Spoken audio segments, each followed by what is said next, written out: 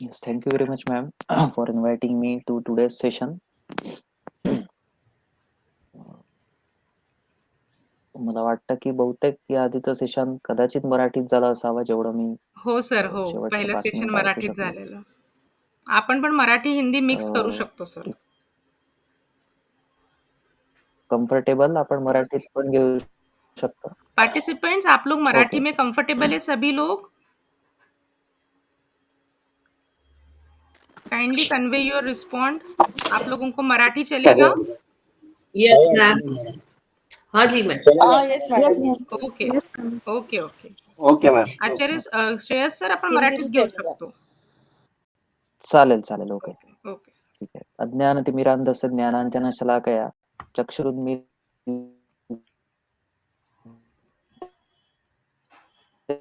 येन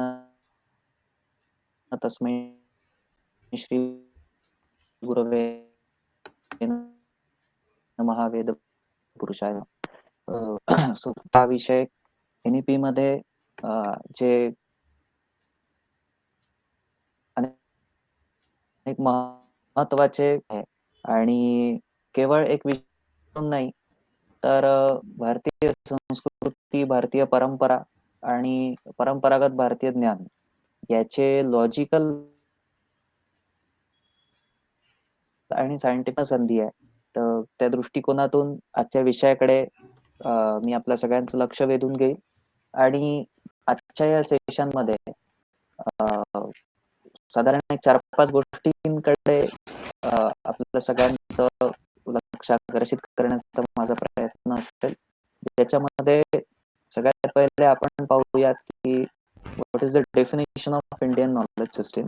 Indian knowledge system कशाला म्हणायचं आणि त्याचे एक परंपरागत, कारण की ऑलरेडी जसं आपण पाहतोय की हा विषय हा Indian, the subject is rooted with in the Indian culture, with the Indian culture.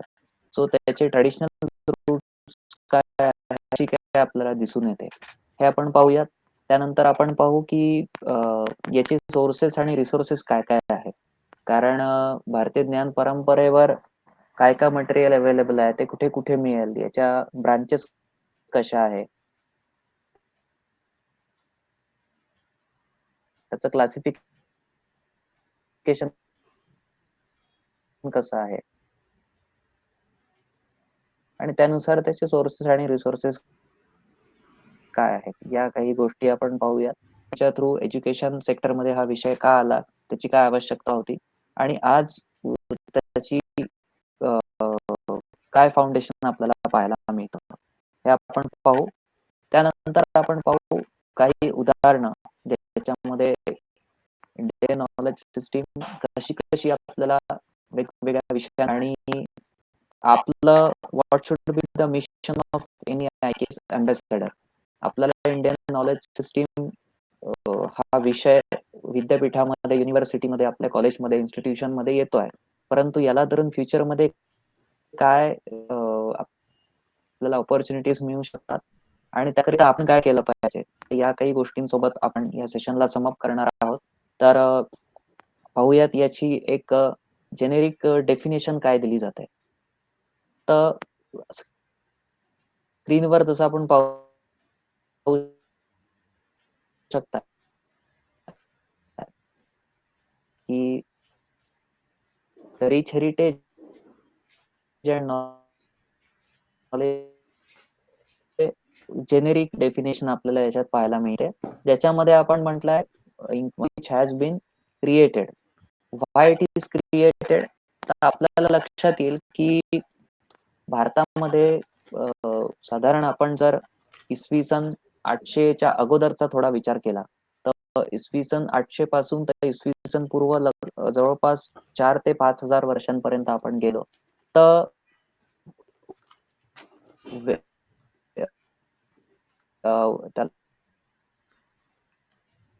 त्याच्यात वैदिक साहित्य घ्या किंवा स्थानिक भाषांमध्ये जे साहित्य आहे ते पहा, पहा.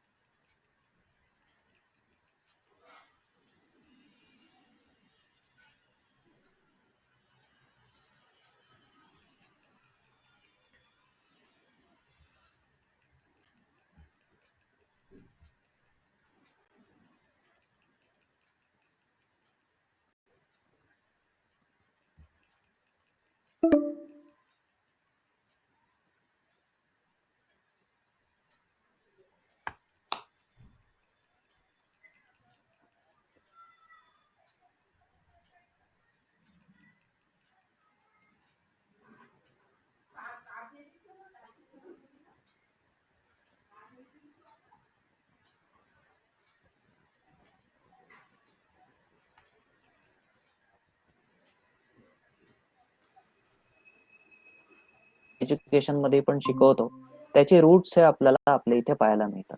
So that point of view आपण म्हणू शकतो की knowledge which has been created. आणि दुसरा शब्द आहे ॲक्वायर्ड. ॲक्वायर्ड याच्यासाठी की याला दोन पद्धतीने आपण पाहू शकतो की बरेचदा बाहेरचे सिव्हिलायझेशन ज्या वेळेला भारतामध्ये आले त्यावेळेला भारतीय संस्कृतीमधून किंवा इथल्या वेगवेगळ्या गोष्टींमधून त्यांनी काहीतरी इथून ॲक्वायर्ड केलं. तसं युएन सांग सारखे काही लोक प्रवासांचे ज्या वेळेला आपण जीवन चरित्र वाचतो तर आपल्याला पाहायला मिळतं की they came here and they tried to get the knowledge, possible knowledge from here. आणि इथून घेतल्यानंतर ते इथून बाहेर गेले. किंवा आपण अजून पाहू शकतो की जसं वेबर आहे, कीथ आहे किंवा मॅक्स मुलर आहेत, हे लोक भारतामध्ये जे वैदिक साहित्य आहेत त्याच्यावर अभ्यास करून या लोकांनी त्याच्यावर बऱ्याचशा कॉमेंट्रीज किंवा काही पुस्तकं किंवा साहित्य निर्मिती केलेली आहे. तर इथून काही घेतलेलं असतं.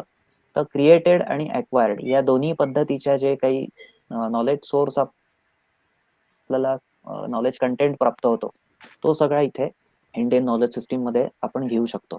त्यानंतर आहे तिसरा शब्द या ठिकाणी पहा, इंडियन सबकॉन्टिनेंट. आता इंडियन सबकॉन्टिनेंट हे आपण एवढ्यासाठी म्हणतो की भारतीय उपखंडामध्ये त्या नॉलेजच्या ब्रांचेस किंवा ते नॉलेज आपल्याला पाहायला मिळतं.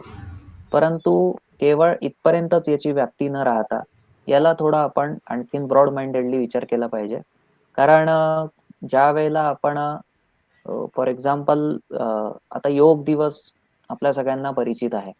ज्या वेळेला अमेरिका, कॅनडा किंवा न्यूझीलंड मधला किंवा आणखीन बाहेरच्या प्रदेशातला कोणी व्यक्ती हा तिथे जर योग पद्धतीचं ऍप्लिकेशन करतोय आणि योग पद्धतीचे बेनिफिट्स तो जर त्या ठिकाणी राहून घेतोय तर निश्चितपणे ज्या वेळेला आपण योग हा विषय IKS मध्ये शिकवू त्यावेळेला त्यांनी फॉलो केलेली पद्धती किंवा त्याची जी चर्या आहे किंवा त्याची जी काही आपल्याला एक्झाम्पल सेटअप होत आहे ते आपण आपल्या केस स्टडी मध्ये घेऊ शकतो. कारण की त्याचे जसं योग म्हणजे काय तर सांगतात की योग चित्त वृत्ती निरोध. चित्त आणि वृत्ती, आता चित्त आणि वृत्ती या कशानुसार ठरतील? तुमच्या कर्मानुसार ठरतील. कर्म कसं येतं तर आपली जी सोशल ऍटमॉस्फिअर आहे, सोशल बॅकग्राऊंड आहे त्यानुसार आपण काय करतो हे ठरतं. त्यामध्ये संस्कृती, परंपरा, वेगवेगळे कस्टम्स, आपली पॉलिटिकल आणि कल्चरल जी काही ऍटमॉस्फिअर आहे ते या सगळ्या गोष्टींपासून ते बनतं. तर दुसऱ्या सिव्हिलायझेशन मधला किंवा दुसऱ्या ठिकाणी तिथल्या संविधानानुसार तिथल्या गोष्टींनुसार फॉलो करणारा व्यक्ती हा त्याच्यामध्ये सुद्धा योग या पद्धत म्हणून ही घेऊन त्यातून त्याचं ओव्हरऑल पर्सनॅलिटी डेव्हलपमेंट करून घेतो. तर ती पण एक केस स्टडी होते.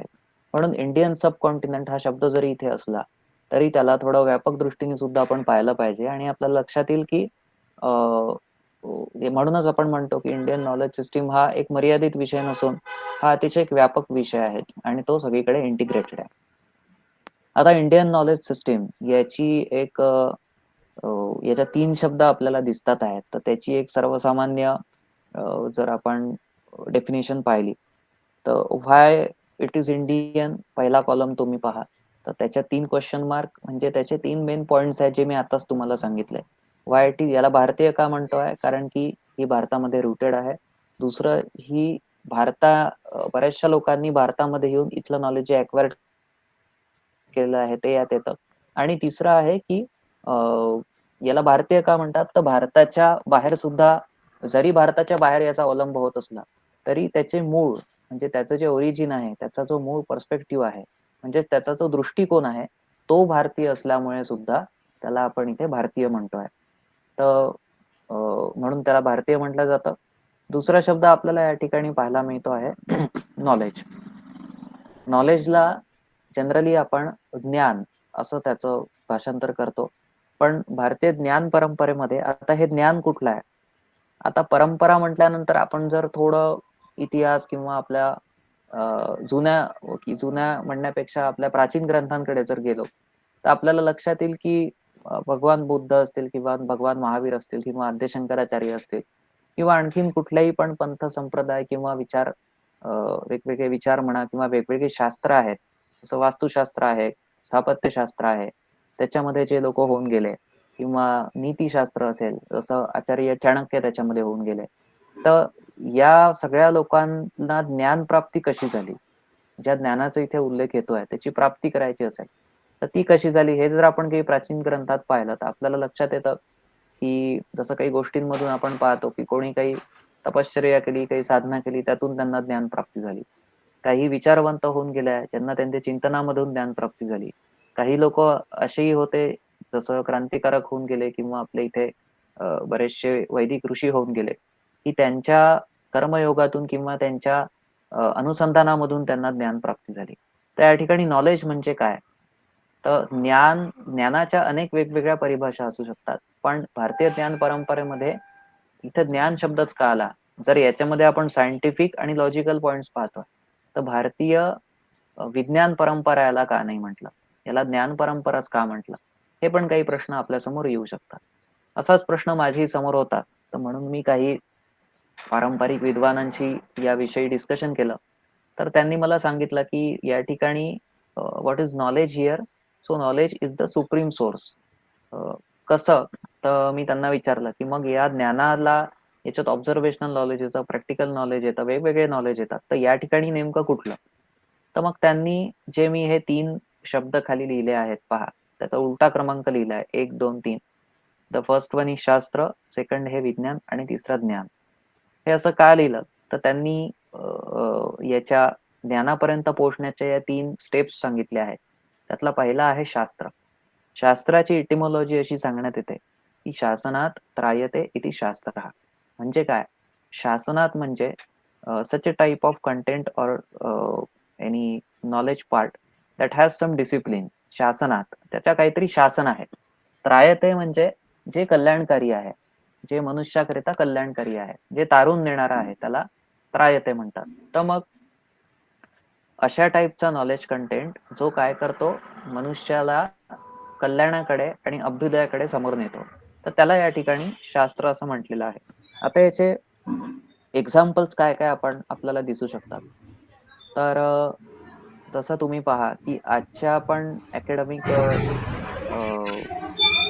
फील्डमध्ये ज्याला आपण सिलेबस म्हणतो किंवा कुठल्याही विषयाचं एक पर्टिक्युलर फ्रेमवर्क असतं, तर त्याला आपण शास्त्र म्हणतो. तसं सोशिओलॉजी असेल तर त्याला आपण समाजशास्त्र म्हणू, सायकोलॉजी असेल तर त्याला मानसशास्त्र म्हणतो, बॉटनी असेल तर त्याला वनस्पतीशास्त्र म्हणतो. तर जेवढेही वेगवेगळे आपण नॉलेज डोमेन्स पाहू, सो दे आर शास्त्र हिअर. का, कारण की ते पर्टिक्युलर फ्रेमवर्क अशा पद्धतीने बनवलेलं आहे की ज्याच्यामध्ये जो शिकवणाऱ्याला आणि शिकणाऱ्याला दोघांनाही ते नॉलेज त्यांच्या रिसर्च आणि फ्युचर स्कोपसाठी लाभदायक होतं आणि त्या शास्त्राचा वापर करून ते निश्चितपणे मनुष्याचं कल्याण करण्याचे स्किल आणि ॲबिलिटीज डेव्हलप करतात. तर या सगळ्याला आपण इन जनरल शास्त्र म्हणतो. मी काही उदाहरणं दिले, यात अनेक उदाहरणं येऊ शकतात. आता विज्ञान कशाला म्हणायचं, तर विज्ञानाविषयी जनरली आपण सायन्सला विज्ञान असं ट्रान्सलेट करतो, पण जसं मी आता सांगितलं सोशल सायन्स म्हणजे समाजशास्त्र आहे, तर सायन्सला समानार्थी शब्द हा शास्त्र आहे. विज्ञानाला इंग्रजी शब्द काय हा अजून मला तरी नाही सापडला, आपल्या कोणाला सापडला तर मला नक्की सांगा, मला आवडेल. मग विज्ञान कशाला म्हणायचं, तर विशेष ज्ञान. तर कुठलाही शास्त्र ज्या वेळेला आपण शिकतो, म्हणजे कुठलाही नॉलेज ब्रांच ज्या वेळेला आपण शिकतो, तर डेफिनेटली केवळ तेवढंच नॉलेज हे कामाचं नसतं. तर ज्यावेळेला ते आपण इम्प्लिमेंट करतो व्यवहारामध्ये, ज्यावेळेला त्याचं प्रात्यक्षिक करतो, त्यावेळेला त्याला आपल्याला बाकी पण नॉलेज डोमेन्स जे असतात त्याला कुठेतरी अटॅच करावं लागतं at the time of implementation. ठीक आहे, फॉर एक्झाम्पल समजा मी संगीत शास्त्र शिकलो. संगीत शास्त्राचा ज्या वेळेला मला परफॉर्मन्स द्यायचा आहे, की मला सपोज नागपूरमध्ये सुरेश भट सभागृह आहे आणि सुरेश भट सभागृहामध्ये मला गाण्याचा परफॉर्मन्स द्यायचा आहे, तर अगोदर मला आपल्या सगळ्यांना माहिती आहे की मी काय करेल, मी पहिले जे आयोजक राहतील त्याची एक कमिटी बनवेल. मग आयोजक लोक त्याचं मार्केटिंग कसं करायचं हे पाहतील, की त्याचे फ्लायर्स बनवायचे, त्याचं सगळीकडे सगळ्या लोकांना माहित व्हावं या दृष्टीने त्याचं मार्केटिंग केलं जाईल. त्यानंतर त्याचा जो काही खर्च असेल तो खर्च कसा काढायचा, तर त्याच्यासाठी फायनान्शियल मॅनेजमेंट पण लागेल, तर फायनान्स पण त्याच्यामध्ये येईल. त्यानंतर ज्या वेळेला मला तिथे कुठल्या प्रकारे संगीत शास्त्राचा परफॉर्मन्स द्यायचा आहे, मला सुगम संगीत द्यायचं आहे की क्लासिकल बैठक करायची आहे, काय करायचं आहे, तर मग त्या लोकांची सायकोलॉजी काय आहे, त्यांना एक्सपेक्टेशन्स माझ्यापासून काय राहतील, रिक्वायरमेंट काय आहे, तर त्या पण गोष्टी पाहिल्या जातील. Even at the time of performance जर मी वेगवेगळे गाणे म्हणतोय तर समोरच्याचा चेहरा पाहून त्यांना are they satisfied or not हे पण मला त्या ठिकाणी पाहावं लागेल. याचाच अर्थ सायकोलॉजी पण त्याच्यामध्ये इन्क्लूड होत आहे. त्यानंतर ज्या वेळेला मी परफॉर्मन्स द्यायच्या आधी तिथे बसेल तर त्याची सिटिंग अरेंजमेंट कशी आहे, तिथे माईक कसे आहेत, सो माईक चेकिंग करताना फीडबॅक बरोबर आहे का, माईक आहे का, तर साऊंड इंजिनिअरिंग हा एक स्वतंत्र डोमेन आपण साऊंडसाठी पाहू शकतो, पण त्याचंही एक काहीतरी नॉलेज मला त्या ठिकाणी लागतं.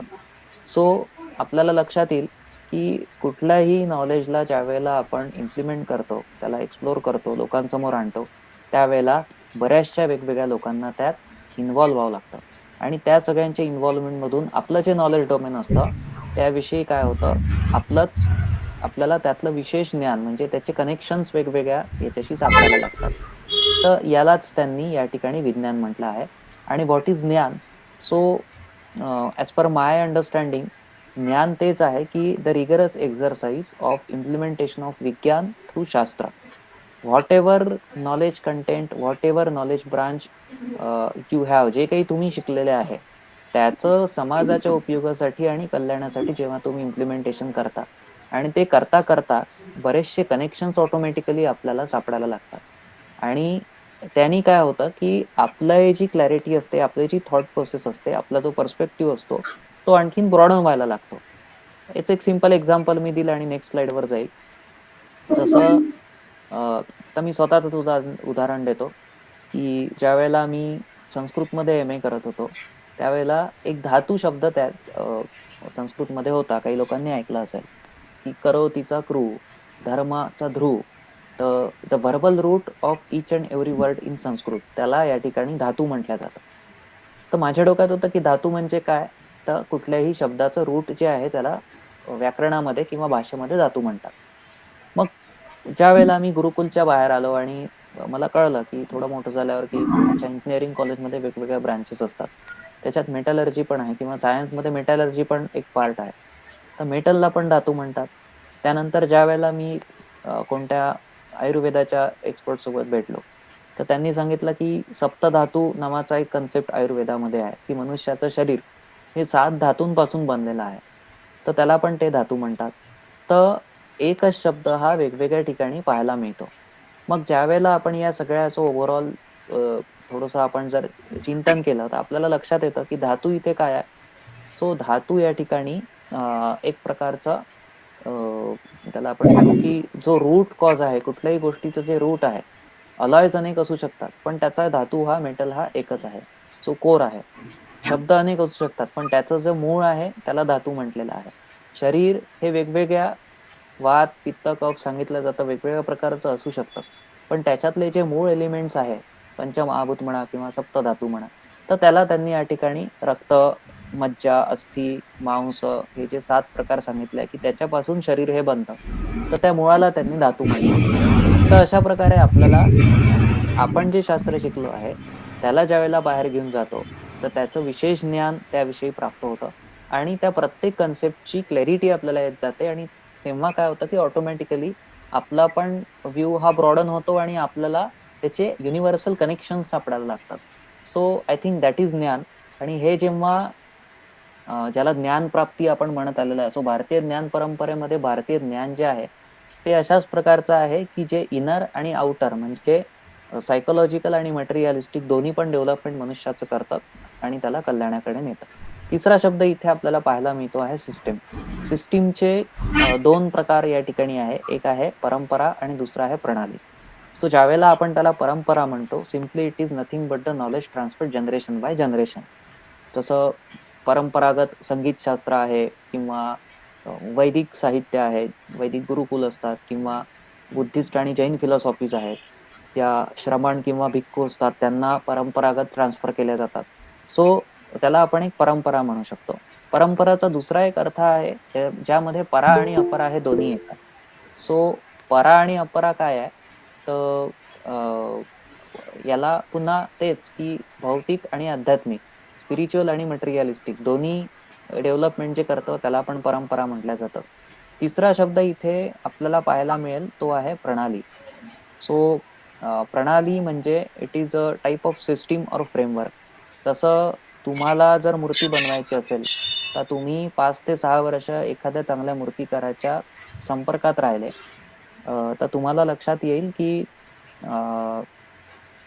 मूर्ती बनवण्याकरिता कुठल्या कुठल्या पद्धतीतून जावं लागतं किंवा एक कुठलंही शास्त्र किंवा कला तुम्हाला शिकायची असेल तर ती व्यक्ती जो त्याच्यामध्ये एक्सपर्टाईज आहे त्याच्यासोबत सहवासात ज्याला आजच्या काळामध्ये इंटर्नशिप आपण म्हणतो तर त्याच्यासोबत तुम्ही काही वेळ घालवल्यानंतर तुम्हाला लक्षात येतं की ही सिस्टीम कशी आहे आणि याच्यामध्ये आपण पुढे कसं जाऊ शकतो. तर त्याला आपण या ठिकाणी सिस्टीम म्हटलेलं आहे. जसं इंडियन नॉलेज सिस्टीम मध्ये वैदिक कॉर्पस हा एक त्याचा भाग आहे.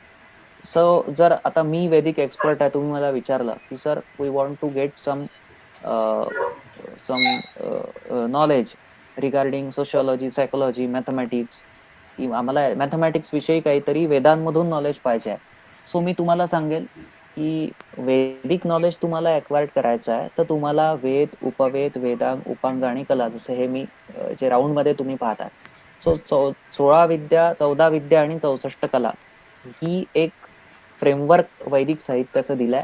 त्याच्यात तुम्ही जा आणि ते करता करता तुम्हाला लक्षात येईल की अच्छा वैदिक अल्टर कशी होती, यज्ञवेदी कशी होती, मग त्याचे सूत्र काय होते, मग त्याच्यामध्ये मॅथमॅटिक्स दिसते.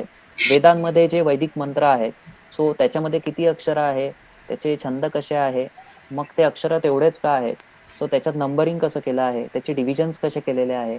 सो तिथे पण तुम्हाला काही मॅथमॅटिकल पार्ट मिळेल. So you will have to understand what is the basical system. So are there any such knowledge systems that you know? आपल्या आसपास अशा काही सिस्टीम आपल्याला पाहायला मिळतात का? जसं एखादा आयुर्वेदाचारी असेल किंवा एखादे जडीबुटी बनवणारे लोक आपण बरेचदा पाहिले असतील. काय होतं की बरेचदा हे नॉलेज ऑथेंटिकेटेड आणि रिसर्च केलेलं नसतं. ते कुठल्या जर्नल थ्रू एस्टॅब्लिश झालेलं नसतं. सो आपल्याला अशा सिस्टीम्स आपल्या आसपास काही असतील तर त्या शोधाव्या लागतील. त्याचे लॉजिकल आणि सायंटिफिकल ऍस्पेक्ट्स काढावे लागतील आणि तेव्हा आपण त्याला प्रॉपरली रेफरन्समध्ये आणू शकतो. सो इंडियन नॉलेज सिस्टीम मध्ये सिस्टीम हा शब्द मला असं वाटतं की अशा असंख्य प्रणालींसाठी आहे ज्या वर्षानुवर्ष आपल्या इथे डेव्हलप होताना आपल्याला दिसतात. त्यानंतर याचे रिपॉझिटरीज कुठल्या असू शकतात. So for just for having basic understanding मी याला 2 रिपॉझिटरीज मध्ये याला डिवाइड केलेला आहे. पहिला आहे सिस्टमॅटाइज नॉलेज आणि सेकंड वन इज ट्रेडिशनल. सिस्टमॅटाइज मध्ये अशा प्रकारच्या नॉलेज पार्ट्स किंवा अवेलेबल नॉलेज सोर्सेस आपण घेऊ शकतो की जे रिटर्न फॉर्मॅटमध्ये आपल्याकडे आहे किंवा ज्याचं डॉक्युमेंटेशन झालेलं आहे त्याला आपण इथे सिस्टमॅटाइज मध्ये घेतलं आहे. फॉर एक्झाम्पल पहिला आहे मॅन्युस्क्रिप्ट. आता असं सांगण्यात येतं की जवळपास 10 लाख मॅन्युस्क्रिप्ट आपल्या इथे आहेत आणि त्यातल्या काही 2-2.5 लाख मॅन्युस्क्रिप्टवर आतापर्यंत काम झालेलं आहे. काही मॅन्युस्क्रिप्ट्स अजूनही पण डिजिटाइज होत आहेत आणि काही मॅन्युस्क्रिप्ट्स या मोडी लिपीमध्ये आहे, काही संस्कृतमध्ये असतील तर काही ब्राह्मी लिपीमध्ये असतील, काही पाली प्राकृतमध्ये असतील तर त्याच्यावर त्याचं ट्रान्सलिटरेशनचं काम आताही पण चालू आहे. त्याच्यासाठी वेगवेगळ्या संस्था आणि गव्हर्नमेंट फंडिंग पण आहेत. So manuscript will be the example for systematize knowledge. वेगवेगळे शास्त्र आत्ताच आपण पाहिलं की जसं आजचे अकॅडमिक डिसिप्लिन्सला आपण शास्त्र म्हणू शकतो. सो तसं अर्थशास्त्र, नीतिशास्त्र पण होऊ शकतात. तर हे जे शास्त्र फॉर्मॅटमध्ये आपल्याकडे जो काही कंटेंट अवेलेबल आहे, संगीत शास्त्र आहे, तर त्याला आपण सिस्टमॅटाइज नॉलेजमध्ये टाकू शकतो. आणखीन याचे एक्झाम्पल काय असू शकतात? तो जिथे जिथे क्वेश्चन मार्क आहे तिथे तिथे तुम्हाला विचार करायचा आहे आणि तुम्हाला इथे टाकायचं आहे की त्यामध्ये काय काय येऊ शकतं. दुसरा पार्ट आहे ट्रेडिशनल नॉलेज. ट्रेडिशनल नॉलेजमध्ये अशा प्रकारचं नॉलेज सोर्सेस किंवा कंटेंट आपण घेऊ शकतो की जे आतापर्यंत डॉक्युमेंटेड नाही आहे. फॉर एक्झाम्पल जसं फोक सॉंग्स आहे की बरेचदा एखाद्या रिजनल नॉलेज म्हणजे कुठल्याही रिजनमध्ये आपण गेलो, एखाद्या राज्यामध्ये गेलो किंवा आपण एखाद्या आदिवासी वनवासी क्षेत्रामध्ये गेलो, तर आपल्याला पाहायला मिळेल की तिथल्या ज्या जनजाती असतात, तर त्यांचे कस्टम्स वेगळे असतात. त्यानंतर त्यांचे कस्टम्समध्ये बरेचदा आपल्याला काही फोक सॉन्ग्स ते गातात. त्या गाण्यामधून त्यांची संस्कृती काय आहे, त्यांचं बिहेवियर किंवा त्यांचे रिच्युअल्स कसे आहेत, हे आपल्याला पाहायला मिळतं. जसं मी एकदा बालीजत्रा नावाचा उत्सव ओडिसाला होतो. तिथे आय-के-एस डिव्हिजनकडून गेलो होतो. तर तिथे गेलं असताना आम्हाला लक्षात आलं की इंडियन मेरिटाईम ट्रॅडिशन म्हणजे भारतामधून समुद्र प्रवासाची जी परंपरा होती, त्याचे एक्झाम्पल्स तिथे पाहायला मिळतात. तर तिथे बालीजत्रा नावाच्या उत्सवामध्ये ज्यावेळेला ते फोक सॉन्ग्स गात होते, तर त्याच्यात बऱ्याचशा गोष्टी त्यांनी सांगितल्या, की अ, तिथे जो समुद्र आहे, त्या समुद्रामधून बाली आणि सुमात्रा इकडे भारतात भारतीय विचार आणि भारतीय मसाले घेऊन तिथले लोकं हे त्या बेटांवर जात होते आणि तिकडे जात असताना त्यांच्या शिप्स कशा होत्या. सो त्या शिप्स या लाकूड आणि रोप, दोरी याच्यातून बनवलेल्या असायच्या. त्याच्यामध्ये कुठलाही नट किंवा म्हणजे आयर्न पार्ट हा आयर्न सपोर्ट त्याला कुठलाही नव्हता. त्यानंतर ते कुठल्या मुहूर्ताला तिथून निघायचे, कधी निघायचे, त्याच्यासाठी वरुण देवता, समुद्र देवता यांना ते आवाहन करायचे. त्यानंतर काही त्यांच्या प्रार्थनेसाठी काही दिवे तिथे सोडल्या जायचे. त्यानंतर तिथे ते जायचे. तिथून येताना ते घरच्या बायकांसाठी काय आणायचे. असे काही-काही गोष्टी त्याच्यामध्ये आपल्याला पाहायला मिळतात.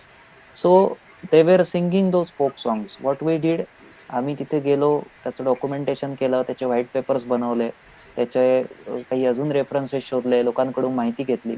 मग त्याच्यावर रिसर्च करून त्याला ऑथेंटिकेट करून ते एक्सपर्ट्सला सुपूर्द केलं, की याला तुम्ही आता रेफरन्समध्ये कसं आणता येईल आणि याला ऑथेंटिकेट करा. तर हे एक्झाम्पल्स असतात ट्रेडिशनल नॉलेजचे किंवा वेगवेगळे आर्ट्स असतात, हँडीक्राफ्ट्स असतात, की ज्या कला किंवा विद्या आपल्या इथे चालू आहेत, पण ज्याचं डॉक्युमेंटेशन नाही झालं. सो अशा प्रकारचं जेही काही आहे ते ट्रेडिशनल नॉलेजमध्ये आपल्याला पाहायला मिळेल.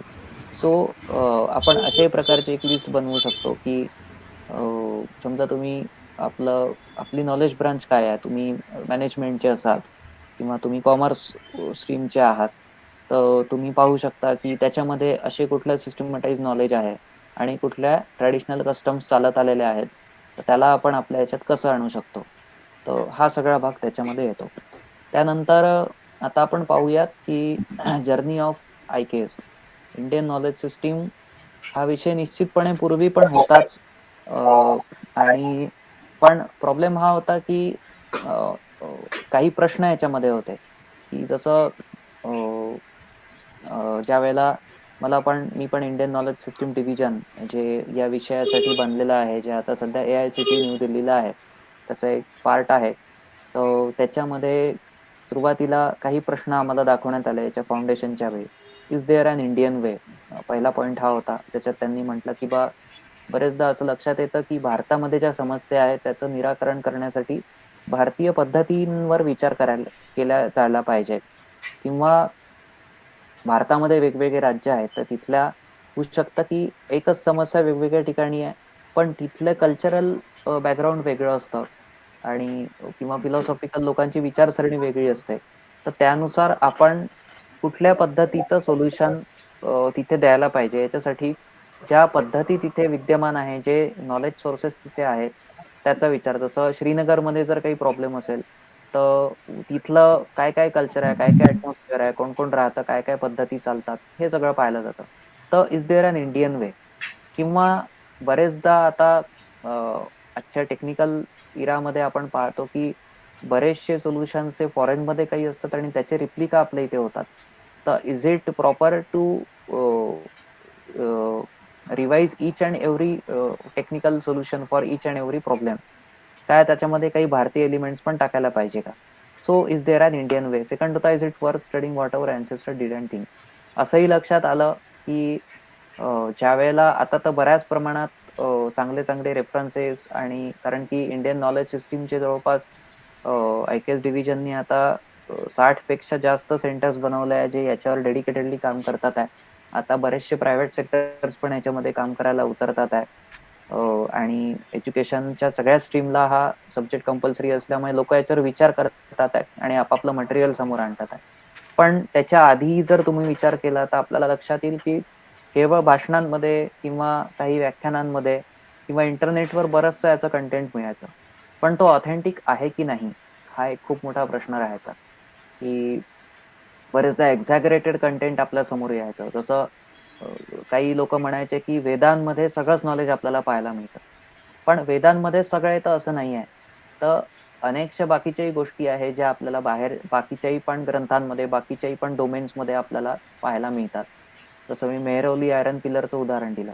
आता याचा उल्लेख काही कुठल्या ट्रॅडिशनल टेक्स्टमध्ये नाही आहे किंवा आता धोलावीरा असेल किंवा हडप्पा आहे, इथल्या जर आर्किओलॉजिकल साईट्स आपण पाहिल्या तर तिथे ज्या प्रकारचं ड्रेनेज सिस्टीम आहे किंवा वेगवेगळ्या किंवा जसं मी टाउन प्लॅनिंगचं उदाहरण दिलं, हे जे आपल्याला पाहायला मिळतं, हे होऊ शकतं की कुठे याचा उल्लेख नाही आहे, पण त्या व्यवस्था आणि त्या सिस्टीम्स वेगवेगळ्या पद्धतीने बनलेल्या आहे. तर एक्झॅगरेटेड न होता जे आहे त्याच्यावर प्रॉपरली काम करण्यासाठी हा विषय येणं अतिशय महत्वाचा आहे. Is it relevant today? Relevance is one of the very important aspect. कारण की असंही सांगण्यात येतं की अरे ही गोष्ट भारतात होती. आता सुश्रुत संहितेमध्ये प्लास्टर, मी त्याचं उदाहरण नेक्स्ट स्लाइड एका स्लाइडमध्ये देईल पुढच्या, की फ्रॅक्चर झाल्यानंतर प्लास्टर कसं करायचं, त्याच्यासाठी कोणत्या कोणत्या वृक्षांच्या फांद्या तुम्ही युटिलाइज करू शकता याच्याबद्दल सुश्रुत संहितेत श्लोक दिलेला आहे. पण आज जर आपल्याकडे प्लास्टर बनवण्याचं मेकॅनिझम डेव्हलप आहे तर मग आपण त्याला धरून राहायचं का, ते पास ऑन करायचं का? सो एखाद्या ग्रंथामध्ये किंवा एखाद्या पद्धतीमध्ये 100 गोष्टी सांगितल्या असतील तर त्यातल्या आजसाठी रिलिव्हंट काय आहे हे बाहेर येण्यासाठी हा विषय आवश्यक आहे. आणि why is it important to you and your student, हे विद्यार्थ्यांसाठी आणि आपल्या सर्वांसाठी का याचा अभ्यास करायला पाहिजे याचा अवेअरनेस आणण्यासाठी सुद्धा हा विषय हा सेपरेटली सगळ्यांसमोर येणं आवश्यक होतं. सो हे एक फाउंडेशन होतं जे इंडियन नॉलेज सिस्टीम हा विषय एका पर्टिक्युलर डिव्हिजन थ्रू समोर येण्यासाठी मला वाटतं की जे कारण होतं. Why do we need to invest in IKS? जसं मी म्हटलं की एक तर positive of genuine scholarship in this field which leads to propagation of myths and unscientific claims.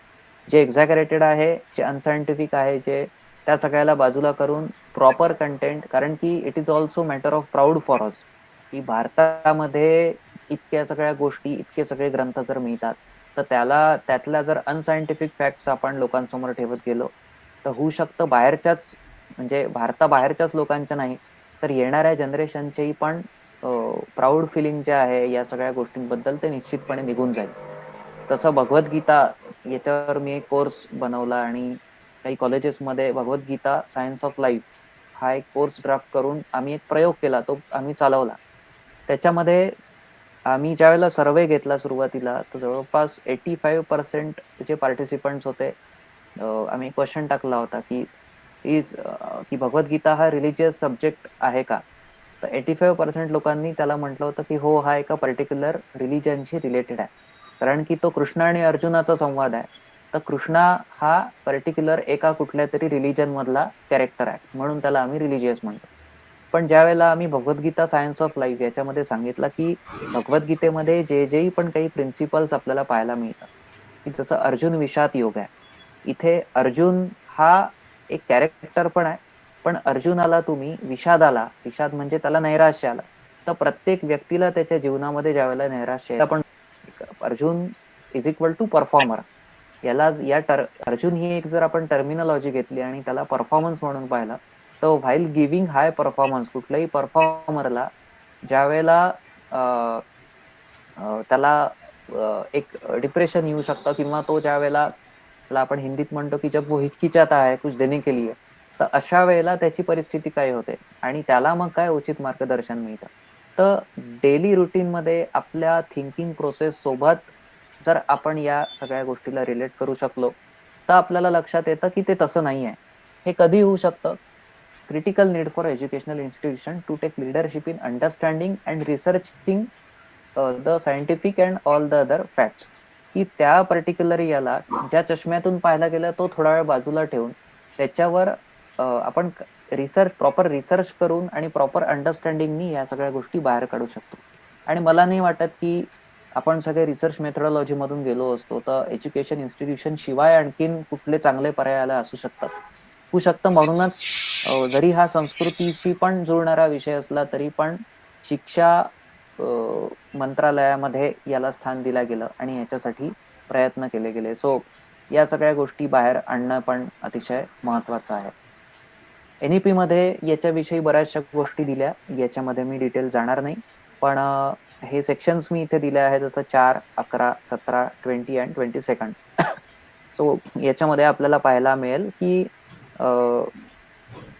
Indian knowledge सिस्टीमशी related कुठले कुठले ॲस्पेक्ट्स एक्सपेक्टेड आहेत NEP मध्ये ते सगळे तुम्हाला यात पाहायला मिळू शकतात. सो तुम्ही हे नोट डाऊन करू शकता किंवा याच्यामध्ये पाहू शकता की काय काय आपल्याला याच्यातून मिळतं. त्यानंतर या सगळ्या विचारांना धरून NEP मधल्या पॉइंट्सला गृहीत धरून त्याची स्टिअरिंग कमिटी आणि IKS डिव्हिजन बनवलं, जे जसं मी सांगितलं की AICTE मध्ये आहे. सो याचे मुख्य 2 विजन जे महत्वाचे आहेत ते मी इथे दिले. To promote interdisciplinary research. आम्ही जसं उदाहरण दिलं की धातू हा शब्द वेगवेगळ्या ठिकाणी मिळतो.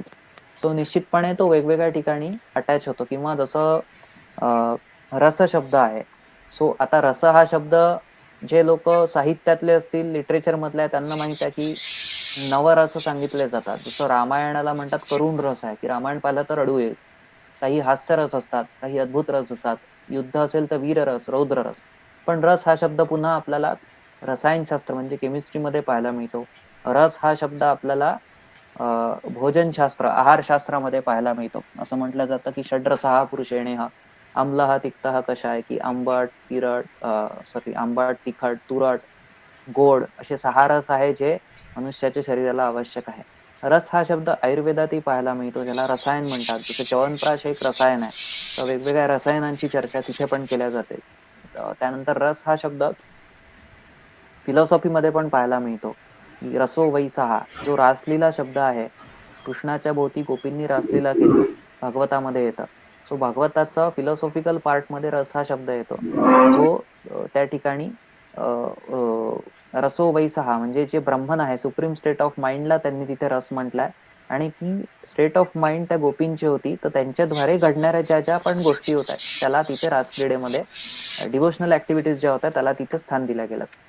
सो आपल्याला लक्षात येईल की आता एकच कन्सेप्ट आहे रस, पण हा वेगवेगळ्या डिसिप्लिन्स मध्ये कसा मिळतो.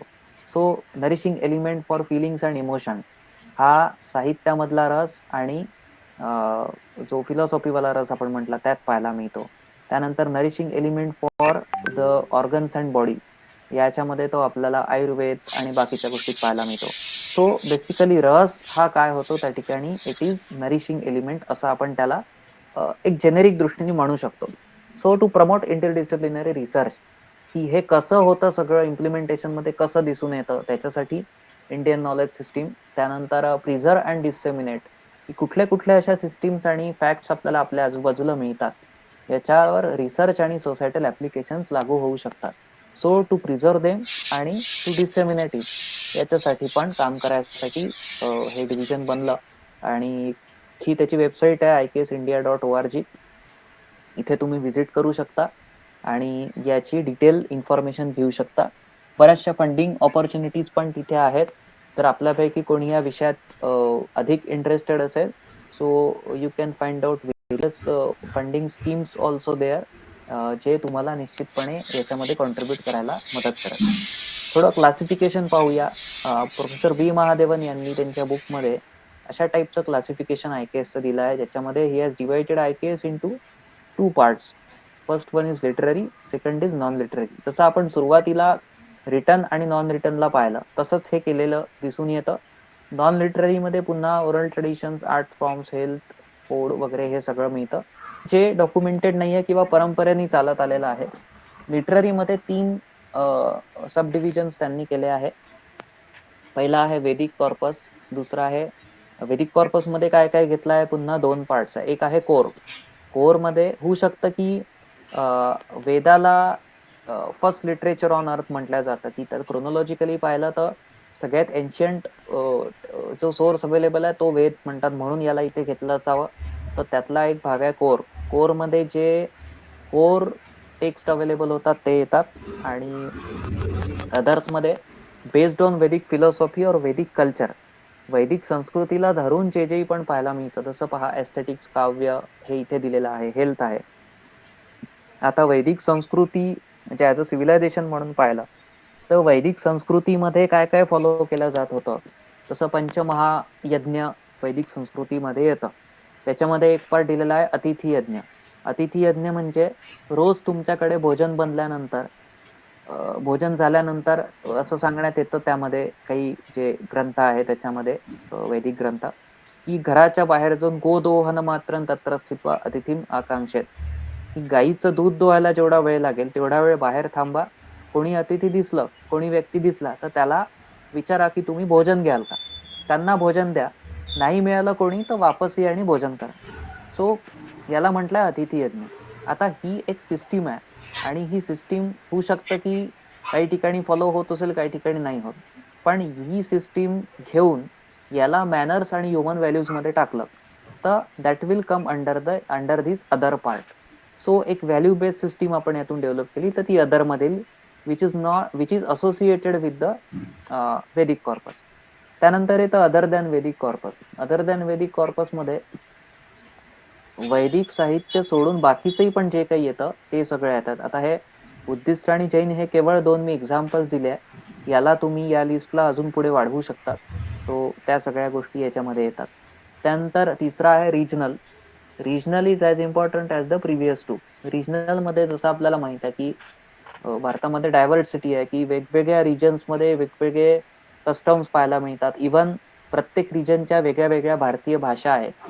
तर प्रत्येक रिजनचं जर तुम्ही थोडं एक मायनट ऑब्झर्वेशन केलं तर तुम्हाला लक्षात येईल की प्रत्येक रिजन मध्ये तिथल्या तिथल्या रिजनल लँग्वेज मध्ये काही काही वैशिष्ट्यपूर्ण पैलू आहेत. जसं पर्वत आहे, नद्या आहे, गावं आहे, यांची नावं बरेचदा त्या रिजनल भाषेला धरून असतात. तसं पंढरपूर हे नाव मराठीला धरून आहे, तर पंढरी हा शब्द मराठी आहे, तर हिंदी लोकांना तो कळणार नाही. हिंदी याच्यात तुम्ही गेले, समजा एमपी युपी मध्ये गेले, नॉर्थ साइडला गेले, तर तिथले नाव आहे तिथल्या कुठल्या तरी भाषेवरून बनलेले असतात. तर ते जाणून घेण्यासाठी, त्याचा इतिहास, त्याचं महत्व जाणण्यासाठी त्या रिजन मधल्या लँग्वेज आणि रिजनल कस्टम्स पण पाहावे लागतात.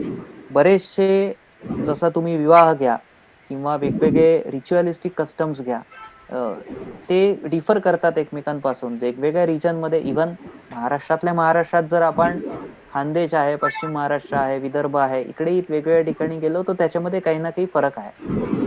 ते कशामुळे बनतात, तसं कोकणामध्ये तुम्ही गेले तर तिथे खानपानाच्या पद्धती वेगळ्या, पुण्यात गेले तर तिथल्या वेगळ्या, विदर्भातल्या वेगळ्या. तर तिथलं जे काही ऍटमॉस्फिअर असतं, तिथल्या पद्धती आहे, तिथलं भौगोलिक वातावरण आहे, तर यानुसार पण त्या बरेचदा बनलेल्या असतात.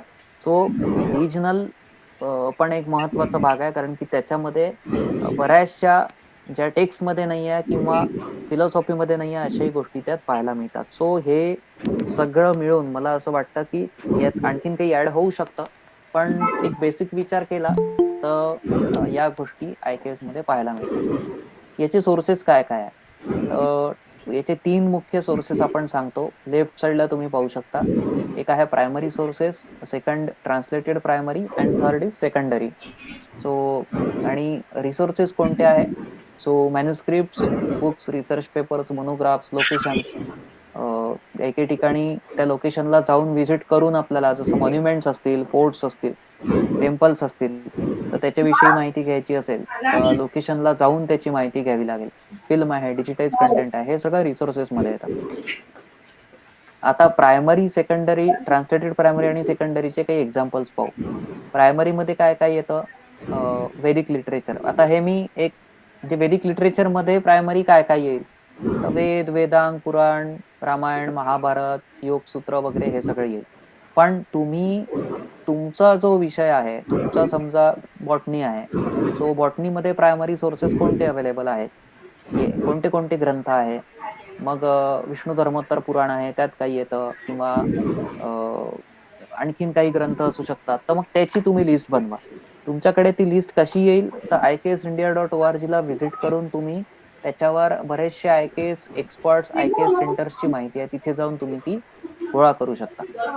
ट्रान्सलेटेड प्रायमरी मध्ये काय येतं, तर ओरिजिनल टेक्स्टवर बरेचदा त्याचे काही ट्रान्सलेशन्स किंवा त्याचे कॉमेंट्रीज पण अवेलेबल असतात. जसं मॅथमॅटिक्सचं उदाहरण आपण पाहिलं, तर आता मॅथमॅटिक्स विषयी शुल्ब सूत्र वगैरे हे झाले त्याचे प्रायमरी सोर्सेस.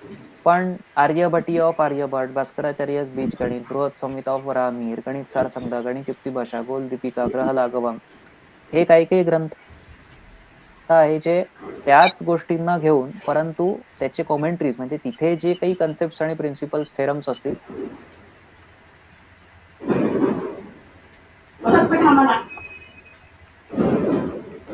आपल्याला याच्याबद्दल ते जे काही डिस्क्रिप्शन आहे ते ट्रान्सलेटेड प्रायमरी मध्ये आपण घेतलेलं आहे आणि याचे पण बरेचसे एक्झाम्पल्स आपल्याला मिळू शकतात, ते आपण शोधू शकतो. त्यानंतर आहे सेकंडरी सोर्सेस. सेकंडरी मध्ये पहिलेचे 2 सोडून जेही काही आहे ते सगळं आपण इन्क्लूड केलं आहे. जसं काही संस्कृत डॉक्युमेंट्स असतात, आर्काइव्ह्ज आहे, ई पुस्तकालय आहे, NMM आहे, कॅटलॉग्स आहे किंवा काही बुक्स, आता बरेचसे IKS वर बुक्स आलेले आहेत, तो ते सगळे याच्यामध्ये येऊ शकतात. काही संस्कृती कोश असतात त्याच्यामध्ये याची माहिती मिळेल. So they will come under this sources. Video lectures available होतात, युट्यूबवर आजकाल बरेचसे येतात.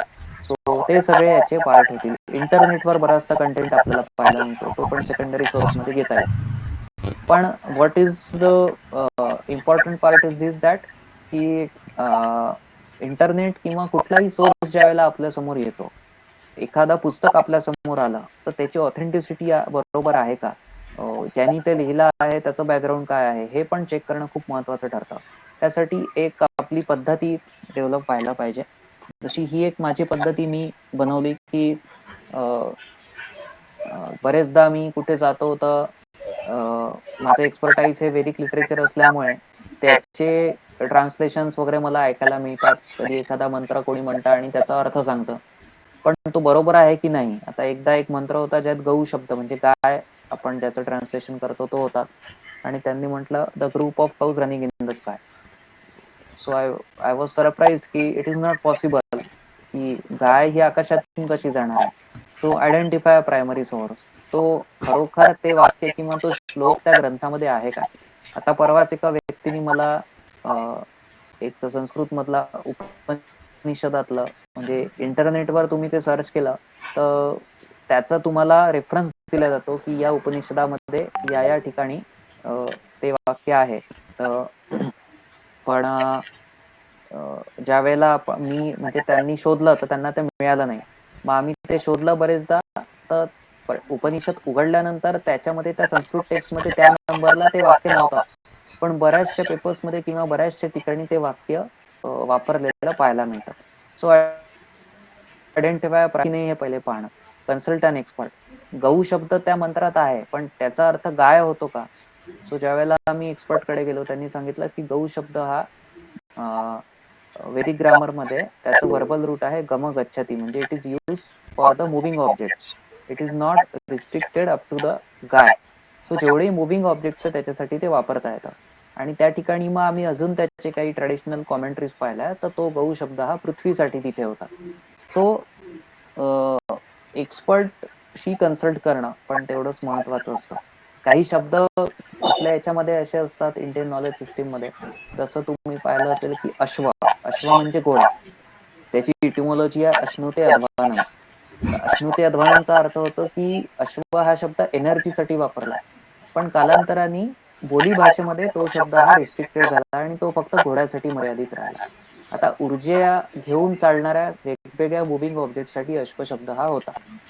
किंवा तेल हा शब्द तुम्ही पहा, तर तेल म्हणजे तिळापासून जे निघतं त्याला तेल म्हटलं जायचं, पण पुढे तेल हा शब्द सगळ्याच प्रकारच्या म्हणजे ग्राउंडनट पासून मिळतं त्यालाही तेल म्हणायला लागले, सनफ्लॉवरलाही आपण तेल म्हणतो. सो त्याची व्यापकता वाढली, तर बोली भाषेमध्ये तो वेगवेगळ्या गोष्टींसाठी वापरला गेला. सो काही काही शब्द हे कॉन्ट्रडिक्ट होतात आणि काही काही याची व्याप्ती वाढते. सो म्हणून एक्सपर्ट कडून ते माहिती करून घेणं चांगलं असतं. त्यानंतर identify multiple secondary source, evidence from multiple independent sources. So या काही काही पद्धती आहे. सो तुम्ही पण तुमची एक अशी ऑथेंटिकेशन मेथड करू शकता जी या सगळ्या याच्यासाठी फायदेशीर ठरेल. सो आतापर्यंत जी आपण चर्चा केली त्याच्यामध्ये इंडियन नॉलेज सिस्टीम कशाला म्हणायचं, त्याचं क्लासिफिकेशन काय, त्याचे सोर्सेस कोणते आहेत, कुठल्या कुठल्या गोष्टी त्याच्यामध्ये येतात, सिस्टीम मध्ये काय काय येतं, डॉक्युमेंटेड काय आहे, अनडॉक्युमेंटेड काय आहे, त्याला इकडे कसं आणायचं, याची थोडीफार आपण चर्चा केली. आता पाहूयात की याचे कारण की हा मल्टीडिसिप्लिनरी आणि एक इंटिग्रेटेड सब्जेक्ट आहे, तर याचे एक्झाम्पल्स आपल्याला वेगळे वेगळे कसे पाहायला मिळतात आणि कुठल्या टाईपचा, केवळ एक्झाम्पल्स नाही तर एक्झाम्पल्स पाहत असताना आपला अप्रोच काय असला पाहिजे, की नुसतं जुने ग्रंथ काढून त्याच्यात काही काही आहे बा आणि ही भारतीय परंपरा आहे असं न सांगता त्याचं प्रॅक्टिकल रिलिव्हन्स आणि रिलिव्हंट फॅक्ट्स आपण कशा समोर आणू शकतो हे पण पाहूया. सो पहिलं एक्झाम्पल आपण घेतलेलं आहे की how to represent numbers in words. आता काही काही पद्धती आपल्याला इंडियन टेक्स्ट मध्ये पाहायला मिळतात, जसं भूतसंख्या, आर्यभटास मेथड, कट्टपयादी सिस्टम, जिथे त्यांनी नंबर्सला वर्ड्स मध्ये रिप्रेझेंट कसं करायचं याच्याबद्दल माहिती दिली आहे. आता हे करण्याची why did Indians need to do this, सगळ्यात पहिले तर हा उल्लेख कुठल्या टेक्स्ट मध्ये सापडतो, तो टेक्स्ट कोणत्या इरा मधला आहे, त्यावेळेला इंडियन्सना ही गरज का पडली की हे असं करायचं आहे, जर केलेलं आहे तर ते कोणत्या कोणत्या नंबर्सला रिप्रेझेंट करायला केलेलं आहे, किंवा ते त्यावेळेला केलं असेल, त्याला पॅरलल सिस्टीम आज असेल तर ती सिस्टीम वापरून आजच्यासाठी आपण काही नंबर्सला वर्ड्स मध्ये रिप्रेझेंट करण्यासाठी ती पद्धती वापरू शकतो का, हे सगळे विचार आपल्या डोक्यात येऊ शकतात आणि यायला पाहिजे. आता सद्रत्नमाला नावाचा जो शंकर वर्मा कृत ग्रंथ आहे त्याच्यामध्ये कट्टपयादी नावाची जी सिस्टीम आहे, हे एक छोटूस एक्झाम्पल मी इथे दाखवतोय. याच्यामध्ये जर तुम्ही टेबल पाहिला तर तुम्हाला दिसेल की इथे नंबर्स डिवाइड केले आहे 1 to 9 आणि मग 0. त्यानंतर जे अल्फाबेट्स आहे क ख ग ते सगळे खाली दिलेले आहे. आता सेकंड पॉइंट पहा, वच आहे, व हा कुठे येतो, 4 नंबर मध्ये येतो, च हा 6 नंबर मध्ये येतो, म्हणजे झालं 4 6. पण काय लिहिलंय, अंकानाम वामतो गतीही, म्हणजे काय, ज्या वेळेला याला शब्दाचा अंक आहे तर त्यावेळेला वामतो म्हणजे त्याला उलट करायचं आहे, म्हणजे वचचा अर्थ इथे होईल 6 4. वचामी मध्ये म ऍड झाला, म म्हणजे 5 तर तो होईल 5 6 4. सो ही एक पद्धत तिथे जी दिली आहे ती मी फक्त दिली, की कशासाठी दिली, का दिली, त्याचं महत्व काय आहे, हे तुम्हाला जे मॅथमॅटिक्स वाले असतील त्यांनी त्या ठिकाणी त्या एक्सपर्ट आणि त्या ग्रंथामध्ये जाऊन तुम्ही याच्यावर डिटेल गोष्टी पाहू शकता. सो अशा टाईपच्या अनेक गोष्टी त्याच्यामध्ये दिलेल्या आहेत. सेकंड एक्झाम्पल आपण पाहू, सर्जरी नायटिव्स. आपण सगळ्यांनी ऐकलं असेल की महर्षी सुश्रुत यांना फादर ऑफ सर्जरी म्हटलं जातं, की भारतामध्ये जे, जसं आपल्याला माहित आहे की चरक संहिता, सुश्रुत संहिता, अष्टांग हृदय हे 3 आयुर्वेदातले मूळ ग्रंथ सांगितले जातात. आता आयुर्वेद आपण पाहतो की ॲलोपॅथी, होमिओपॅथी आणि आयुर्वेद. सो आयुर्वेदामध्ये काही जडीबुटी किंवा वनस्पतींपासून केलेलं काही रसायन असेल, चूर्ण असेल तर ते दिलं जातं, किंवा मग पंचकर्म चिकित्सा वगैरे आहे. पण सुश्रुत संहितेमध्ये महर्षी सुश्रुत यांनी काही इन्स्ट्रुमेंट्सचे एक्झाम्पल्स पण दिले आहेत. इथे मी मेडिकल पॉइंट ऑफ व्ह्यू नाही बोलणार, सो माझा पर्पज वेगळा आहे. काय झालं की एकदा NCERT मध्ये डिझाईन थिंकिंग हा विषय 11th आणि 12th ला इंट्रोड्यूस करणार होते. डिझाईन थिंकिंग कदाचित आपण ऐकलं असेल, ज्याच्यामध्ये प्रॉब्लेम स्टेटमेंट दिल्या जातात आणि बेस्ड ऑन तुमच्या आजूबाजूला जेही काही आहे, बेस्ड ऑन युअर ऑब्झर्वेशन तुम्हाला त्याच्यावर सोल्युशन द्यायचं असतं. सो त्यांनी आम्हाला विचारलं की आपल्याकडे इंडियन नॉलेज सिस्टीम मध्ये आपल्याला काही असे एक्झाम्पल्स मिळू शकतात का ज्याच्यामध्ये डिझाईन थिंकिंग चे पॅटर्न्स आपल्याला पाहायला मिळतील.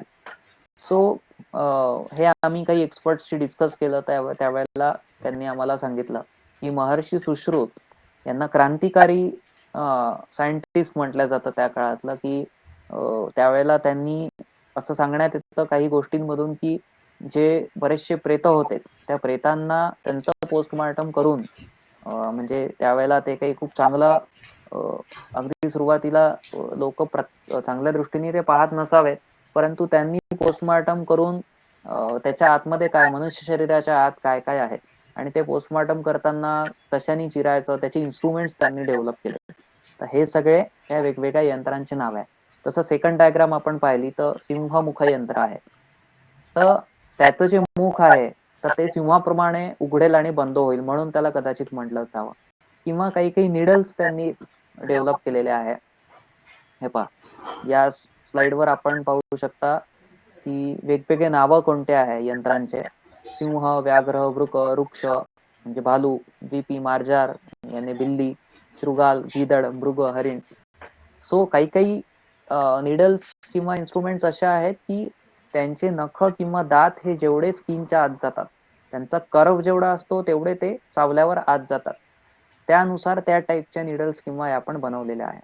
सो त्यांनी आम्हाला सांगितलं की त्यांच्या आजूबाजूला जे त्यांनी पाहिलं तर त्या ऑब्झर्वेशन करून काही यंत्रांची रचना आपल्याला पाहायला मिळते.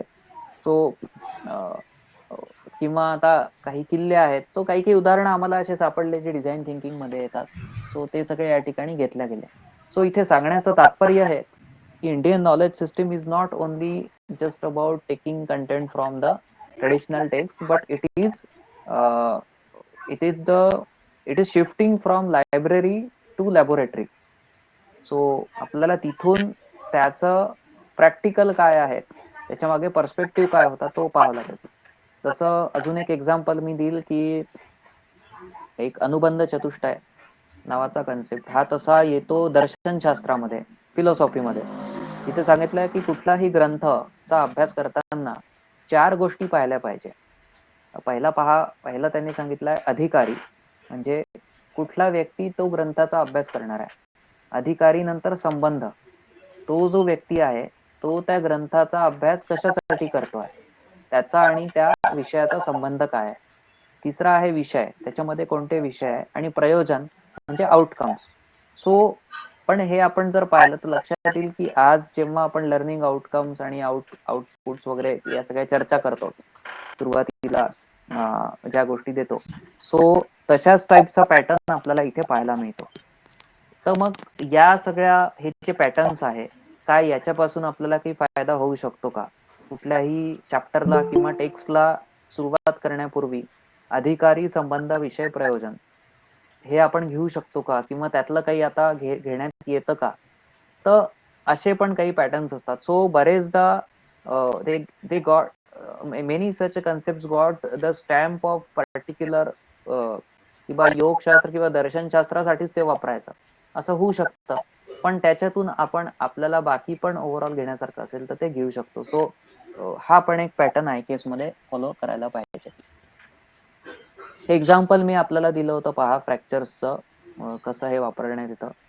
यांनी सांगितलंय की महुआ, गुलर, पीपल, ढाक, अर्जुन की छाल ये सब आप खुश बनाने के लिए ले सकते हैं. पण याची जर आता आवश्यकता नसेल, if this is not relevant, आजच्यासाठी हे रिलिव्हंट नसेल तर आपण पुढे गेलं पाहिजे. पुढे त्यांनी दिलंय की बँडेज कशा प्रकारे बांधण्यात येतं, very loose, very tight, moderately tight. याच्यावर आज काही आहे का, किंवा याचे जे श्लोक आहे त्यात काही डिटेल दिलेलं आहे. हे नसेल तर आणखीन पुढचे श्लोक आपण पाहू शकतो. सो असं करत करत आपल्याला actually Indian knowledge system is ocean of knowledge, पण त्याच्यामधून आपल्या कामाचं म्हणजे आजच्या काळात रिलिव्हंट काय आहे त्याच्यावर आपल्याला रिसर्च करून ते समोर आणणं मला वाटतं महत्वाचं आहे. मॅनेजमेंट इन आय केस, आता बरेचशा ग्रंथांमध्ये मॅनेजमेंटचे कन्सेप्ट पाहायला मिळतात. जसं रामायणचं एक्झाम्पल मी इथे घेतलेलं आहे, ज्याच्यामध्ये मी खूप इनडेप्थ जाणार नाही, आपल्या सगळ्यांना हे माहिती आहे. जसं लिडरशिप आणि इंटिग्रिटी आहे, टीम कोलॅबोरेशन आणि लॉयल्टी आहे, स्ट्रॅटेजिक प्लॅनिंग कसं केलं पाहिजे याबद्दल. आता रामायणाला जर आपण एक रिलिजियस स्टॅम्प दिला तर मग तो विचार नाही होऊ शकत. पण तुम्ही ज्या डोमेनचे आहात तर त्या विचाराला कोणी समजा सायकोलॉजी वाला आहे, कोणी मॅनेजमेंट वाला असेल तर तुम्ही मॅनेजमेंट पॉइंट ऑफ व्ह्यू त्यातले वेगवेगळे श्लोक पहा. कोणी जर सायकोलॉजी वाला असेल किंवा नीतिशास्त्र वाला असेल, मोरॅलिटी वाला असेल, तर तुम्ही त्यात पहा की भरताला रामानी ज्यावेळेला ते याला निघाले होते, भगवान श्रीराम हे जेव्हा वनवासासाठी निघाले तेव्हा भरत त्यांना भेटायला आला. त्यावेळेला त्या दोघांचा जो संवाद आहे त्याच्यामध्ये रामानी काही काही प्रश्न त्यांना विचारले आहे, आणि ते प्रश्न विचारता विचारता जो उपदेश केलाय त्यात राज्य कसं चालवायला पाहिजे. त्यांनी हे विचारलंय की राज्यातल्या ज्या काही महत्वाचे सिक्रेट्स आहे ते बाकीच्या लोकांपर्यंत पोहोचत तर नाहीये ना, की ते विशिष्ट व्यक्तींपर्यंत मर्यादित आहेत का. तर पॉलिटिकल सायन्सशी रिलेटेड, राज्यशास्त्राशी रिलेटेड किंवा नीतीशास्त्राशी निगडीत बऱ्याचशा गोष्टी या ते जे 1-2 अध्याय आहे त्याच्यामध्ये तुम्हाला काही श्लोकांमध्ये पाहायला मिळू शकतात. सो अशा पद्धतीने पण आपण काही काही ग्रंथांना पाहू शकतो. जसं मी भगवद्गीतेचं एक्झाम्पल दिलं होतं. सो ते एक वेगळा पर्स्पेक्टिव्ह आपल्याला देऊ शकतात. किंवा पंचतंत्रचं उदाहरण पहा. पंचतंत्रामध्ये मैत्री आणि सख्य या 2 गोष्टींना वेगळं डिफरन्शिएट केलं आहे. त्यांनी म्हटलंय की मैत्री हे एक अलायन्स असतं, ज्याला आपण आज अलायन्स म्हणतो, की व्यावहारिक तत्वावर तडजोड ज्याला म्हटली जाते, त्यासाठी 2 विचारधारा एकत्र येतात. सो ती मैत्री आहे. पण सख्य काय आहे, की जे कुठल्याही पण पर्टिक्युलर मोटिव्हसाठी ते एकत्र आलेलं नाहीये. तर जे डेडिकेटेड आहे, समर्पित आहे, एका विश्वासावर आधारित आहे, तर त्याला सख्यत्व म्हटलेलं आहे. जसं 2 परम मित्र असले तर त्यांच्यात सख्यत्व राहतं, की ते काही एकमेकांपासून फायदा घेण्याच्या विचारात नसतात, तर त्याला सख्य म्हटलंय. पण 2 मित्र ज्यावेळेला एकमेकांची देवाणघेवाण करतात आहे, तर मग त्याला त्यांनी त्या ठिकाणी मैत्री असंही म्हटलंय. सो असे काही काही कन्सेप्ट पण आपल्याला पाहायला मिळतात. जसं पहा, मॅनेजरियल स्किल्स आणि क्वालिटीज ऑफ गुड लीडर. आता हे आम्ही शोधून काढले की रामायणामध्ये जर हिरोईक कॅरेक्टर आपण राम घेतलं तर त्याचे मॅनेजरियल स्किल्स कुठे कुठे पाहायला मिळतात, त्यातून काय काय घेण्यासारखं आहे. सो असं आपण बनवू शकतो. ज्या वेळेला आपण आपला सिलेबस बनवू किंवा आपल्या इथे मुलांना शिकवू, विद्यार्थ्यांना शिकवू, त्यावेळेला या सगळ्या प्रकारच्या अशा टाईपचा कंटेंट पण आपण फ्रेम करू शकतो, जो खूप हेवी नको आणि मुलांना त्यातून काहीतरी रिलिव्हंट गोष्टी पण मिळतील. कौटिल्य अर्थशास्त्रामध्ये पहा, पब्लिक मनी आणि करप्शन विषयी दिलाय. हे एक्झाम्पल याच्यासाठी आहे की बरेचदा असं होतं की पाली, प्राकृत, संस्कृत याच्यामध्ये काही श्लोक असतील. तर आता इंजिनिअरिंग बॅकग्राऊंडचे मुलं असले किंवा सायन्स बॅकग्राऊंडचे कॉमर्सवाले असले किंवा कुठलेही असो, तर त्यांना आता काय संस्कृत शिकवायचं का? जे संस्कृत ज्यांना नाही आहे त्यांना हे येईल का? पण प्रत्येक वेळेला हे रेफरन्स आणि श्लोक दिलेच पाहिजे असं नाहीये. आता याचं पहा, just as fish living in water are not seen drinking water, in the same way employees appointed for economic purposes also cannot be seen embezzling money. Corruption कसं होतं याचं एक एक्झाम्पल दिलेलं आहे. तर हे सगळं देण्यासाठी आपल्यालाही पण संस्कृत यावंच असं नाहीये. ऑलरेडी जे रिसर्च कंटेंट असेल तर असंही पण आपण पास ऑन करू शकतो. कारण की सुरुवातीला सद्यस्थितीत 2 क्रेडिटचा जो कोर्स सांगितलाय त्याच्यामध्ये खूप इनडेप्थ जाण्याची पण आवश्यकता नाहीये. सो अशा टाईपचे काही एक्झाम्पल्स पण आपण देऊन समोर जाऊ शकतो. याच्यामध्ये पहा, बॉटनी नायकेस मध्ये लेफ्ट साइडला तुम्हाला जी इमेज दिसते ती स्टँडर्ड 6 च्या सायन्स बुक मधली आहे. आणि राईट साइडला जे आहे ते वेगवेगळ्या वनस्पतीचे जे वेगवेगळे भाग असतात त्याच्यासाठी वैदिक लिटरेचर मध्ये आलेले वेगवेगळ्या टर्मिनॉलॉजीज आहे. ठीक आहे. सो लेफ्ट साइडला पहा, flower, leaf, stem, fruit, root या सगळ्या गोष्टी आपल्याला शिकवल्या जातात. त्यातलाच जवळपास 2 म्हणजे इसवी सन पूर्व 2-2.5 ते 3,000-5,000 वर्षांआधीच्या कंटेंट मध्ये अग्रभाग, अपसूजा, कांट, मूल, मूल आपण ऐकलं असेल, झाडाला आपण मूळ म्हणतो मराठीत, त्याला संस्कृतमध्ये मूल म्हणतात. औषधी, पर्ण म्हणजे पान, फल, पुष्प, शाखा असे अनेक शब्द, जवळपास 200 पेक्षा जास्त शब्द पाहायला मिळतात. हे काही सिलेक्टेड मी इथे दिलेले आहे. आता तेच शब्द त्याला का दिले जातात हा एक विचार करण्याचा विषय. पुन्हा आता हे शब्द आपण आयकेएस मध्ये शिकवायचे का, असं जर विचार केला तर आपल्याला प्रश्न पडेल की हे जर मुलांना सांगितले, they are not use to with Sanskrit, त्यांच्या प्रायमरी पासून जे एज्युकेशन आहे ते आता सेमी इंग्लिश किंवा इंग्लिश मध्ये असेल, तर मग हे शिकवायचं का? हे करून उद्या तो बॉटनी मध्ये MSc करेल तर त्याला फायदा होणार आहे का? उलट तो कन्फ्युज होईल.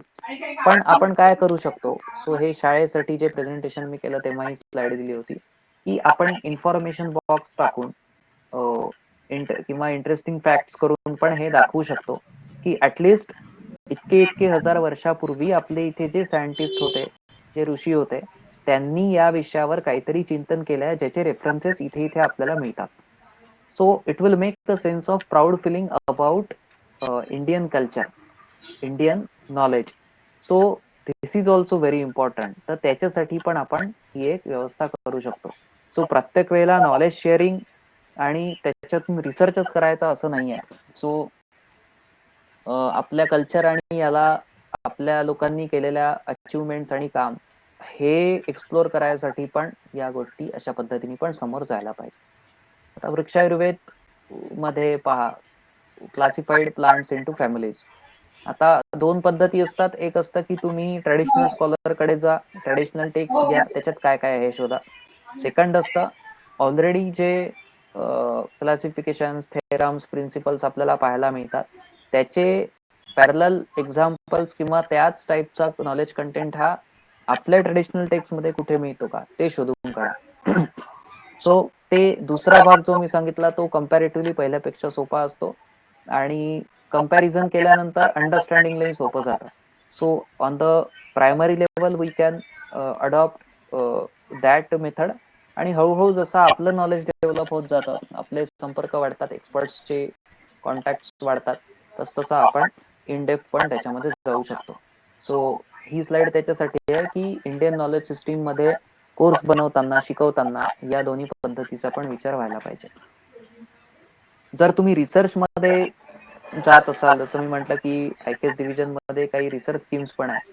सो तुमच्याकडे आता जसं वात, पित्त आणि कफ हे आपल्याला माहिती आहे की आयुर्वेदात दिलाय, पण महर्षी पराशरांनी सांगितलंय की वृक्षांमध्ये पण वात, पित्त, कफ असतं.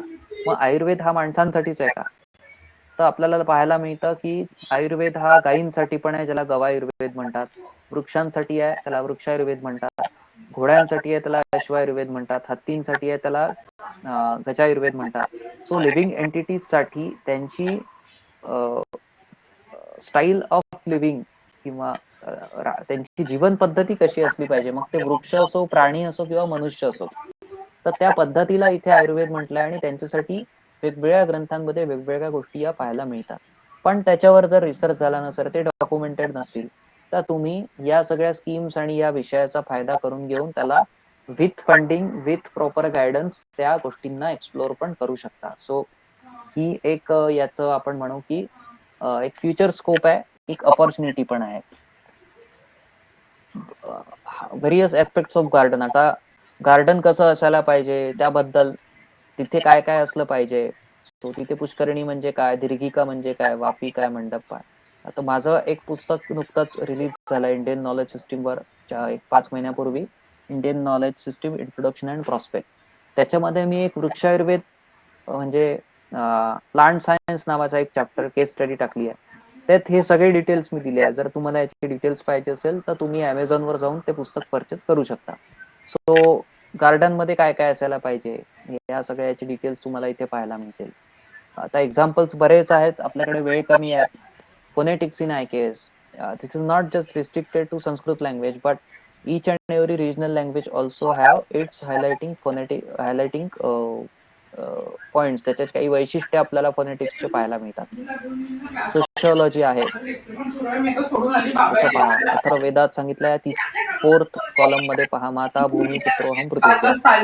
दिस mother earth is our common mother and we all are sons and daughters of this mother. Therefore this is oneness among all the.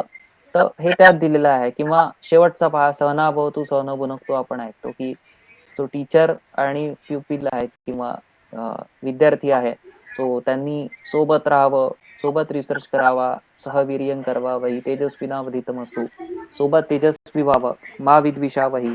कुठल्याही प्रकारचं वैमनस्य किंवा वाद ठेवू नये. सो सोशिओलॉजीचे बरेचसे एक्झाम्पल्स पाहायला मिळतात. मॅथमॅटिक्सचा विचार केला, मेजरमेंटचा विचार केला, सो पहा याच्यामध्ये काही ठिकाणी हे सगळे जे मी एक्झाम्पल्स दिले आहे, हे तुम्ही धरून चला, इसवी सन 800च्या आधीच्या टेक्स्ट मधले सगळे दिलेले आहे. बायनरी सिस्टीम काही ठिकाणी पाहायला मिळतं. आता छंदशास्त्र म्हणजे पोएम मध्ये जे मीटर असतं, ते मीटर हे तुम्हाला लक्षात येईल की आपण जनरली म्हणतो की it is part of literature, की कुठल्याचा छंद काय आहे, अनुष्टुप छंद आहे, गायत्री छंद. पण ही जी ब्लॅक डायग्राम दिसते तुम्हाला, सॉरी खाली जे दिसतं binary numeral system right side कॉर्नरला, त्याच्यामध्ये त्याचे वेगवेगळे पॅटर्न्स कसे बनतात छंद डिसाईड करताना की हा 28 अक्षरांचा आहे 32 अक्षरांचा आहे, मग तो पॅटर्न कसा बनतो त्यानुसार लघु आणि गुरु कशा म्हणजे स्ट्रेस आणि अनस्ट्रेस सिलॅबल कसे आहे, मग त्याला तसंच का म्हणायचं, त्याच्यामधले मॅथमॅटिक्स कसं आहे, याच्यावर पण बऱ्याच लोकांनी रिसर्च केला आहे. सो ते सगळं तुम्हाला इथे पाहायला मिळू शकतं. म्हणजे वेगवेगळ्या वेदिक अल्टर्स आहे, त्याच्यामध्ये तुम्ही पाहाल काही काही ठिकाणी सर्क्युलर सेमी सर्क्युलर आणि स्क्वेअर टाईप मध्ये काही अल्टर्स सांगितलेले आहे.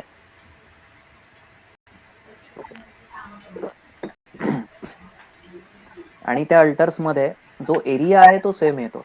तर ते कसं करायचं हे शुल्बसूत्र नावाच्या ग्रंथात दिलेलं आहे. सो जॉमेट्रीशी रिलेटेड काही कन्सेप्ट ही जी लेफ्ट साइडला हरप्पन फायर वर्शिप वेदिक पहा, त्याच्यामध्ये त्यांनी दिलेलं आहे. हे सगळं त्यांना दिसून आलं की अनेक हजारो वर्षांपूर्वी ज्याचा उल्लेख आपल्याला टेक्स्ट मध्ये मिळतो तशा काही डायग्राम्स त्यांना तिथे पाहायला मिळाल्या. तर त्याचं हे एक फोटो आहे. सो टेम्पल आहे, टेम्पल मॅनेजमेंट, टेम्पल आर्किटेक्चर हा पण एक IKS चा खूप मोठा विषय आहे. सो हे सगळं पण आपल्याला पाहायला मिळतं. ऍस्ट्रॉनॉमी विषयी काय सांगायचं आता, हे पण आपल्याला माहिती आहे की पंचांग कन्सेप्ट आहे. तर त्याच्यामध्ये ग्रहण कसे आहे, सूर्योदय सूर्यास्त, ग्रहांच्या स्थितीत ज्योतिषशास्त्र आहे. सो याच्याविषयी पण भरपूर माहिती आहे. काही आता हा जो मंत्र आहे हा ऋग्वेदातला आहे. याच्यामध्ये हा एक माझा रिसर्च पेपरच होता. याच्यामध्ये वॉटर सायकल कशी येते, तर असेही पण काही, मी असं नाही म्हणणार की सगळ्याच वेदिक वर्सेस मध्ये आपल्याला काही ना काही सायन्स मिळेल, पण काही ठिकाणी मिळतं तर त्याला आपण आपल्या रिसर्च मध्ये किंवा आजच्या करिक्युलम मध्ये पर्टिक्युलरली IKS मध्ये कसं इन्व्हॉल्व्ह करू शकतो. सो असेही पण काही ज्या गोष्टी आहेत त्या आपण टाकू शकतो. पशुचिकित्सा, पशूंविषयी बरंच आहे. पंचगव्याचा कन्सेप्ट आपल्या सगळ्यांना माहिती आहे, याच्यावर बराचसा अनुसंधानी झालाय. याच्यामध्ये पहा ह्युमॅनिटीज आणि सोशल सायन्स मध्ये टेक्स्ट कोणते कोणते आणि त्याचे सब्जेक्ट कोणते येतात, फिलॉसॉफी, इथिक्स, हे जस्ट फॉर एक्झाम्पल आहे. याच्यात आणखीन बरेचसे टेक्स्ट ऍड होऊ शकतात. कॉमर्स मध्ये तुम्हाला पाहायचं असेल तर त्यात मिळेल. त्यानंतर सायन्स, इंजिनिअरिंग आणि टेक्नॉलॉजी आहे. वरती टेक्स्ट आहे, खाली त्या टेक्स्ट मध्ये ज्यांनी जे IKS स्कॉलर्स होऊन गेले त्यांचे नाव आणि त्यांचं contribution. So you can have about more than about 100 text, minimum 100 text तुम्हाला असे IKS चे मिळतील, ज्याच्यामध्ये वेगवेगळे विषय तुम्हाला व्हेराइड ऑफ सब्जेक्ट तुम्ही पाहू शकता. सो आपल्याला वाटतं की कुठे मिळेल काय मिळेल, पण हे सगळं अवेलेबल आहे. तुम्हाला काही पर्टिक्युलर रिसर्च करायचं असेल तुम्ही मलाही कॉन्टॅक्ट करू शकता. सो पुराण जर घेतला, आता पुन्हा 2 पॅटर्न्स मी तसं सांगितलं की आजचा रिसर्च मॉडर्न टॉपिक घेऊन तुम्ही टेक्स्ट मध्ये शोधत असाल तसंही होऊ शकतं, किंवा मला पुराणांमधलेच वेगवेगळे विषय पाहायचे आहेत तर मी पुराण घेतलं आणि मग मला लक्षात आलं की पुराणामध्ये मला काय काय दिसत आहे. तर या श्लोक मध्ये पहा अष्टास्त्र, षोडशास्त्र, ही व्हेरियस टाईप ऑफ वास्तू पाहायला मिळतात. त्यानंतर या कॉलम मध्ये पहा टॉपिक डिस्कस, त्याच्यामध्ये ऍस्ट्रॉलॉजी, मेडिसिन, म्हणजे एकाच ग्रंथात वेगवेगळे टॉपिक्स पण मिळतात. फूड आणि मेडिसिन पण पुराणात मिळत आहे, ऍस्ट्रॉनॉमी कुठेतरी पाहायला मिळत आहे, कुठेतरी धर्मशास्त्रही पण पाहायला मिळतं. त्याच्यामध्ये ड्युटीज कोणाच्या कशा असाव्या त्याविषयी काही माहिती आहे. सो असं आपण एक ग्रंथ घेऊन त्याच्यावर पण कोर्स डिझाईन होऊ शकतो, किंवा सायन्स मधलं घ्यायचं असेल तर सायन्स मधल्या वेगवेगळे टॉपिक्स घेऊन वेगवेगळे टेक्स्ट पण रेफर होऊ शकतात. So while studying Indian knowledge system, these are the various type of approaches that you can adopt in your institution. Human values कुठे कुठे मिळतात. सो हा एक श्लोक आहे ज्याच्यामध्ये भागवत पुराणातला 30 व्हॅल्यूज सांगितल्या आहेत. त्यांनी म्हटलंय की प्रत्येक व्यक्तीमध्ये मिनिमम या गोष्टी असायला पाहिजे. याच्यामध्ये कुठलाच रिलिजियस पार्ट नाही आहे. सो त्याग, सत्य, सेवा, दया, तपस्या, काही काही गोष्टी दिल्या. सो या गोष्टी येऊ शकतात. इंडियन संस्कृती, भारतीय संस्कृती हा पण एक महत्वाचा विषय आहे, ज्याच्यामध्ये बरंच आपल्याला काही काही जसं पहा एक एक्झाम्पल मी दिला वटपौर्णिमा.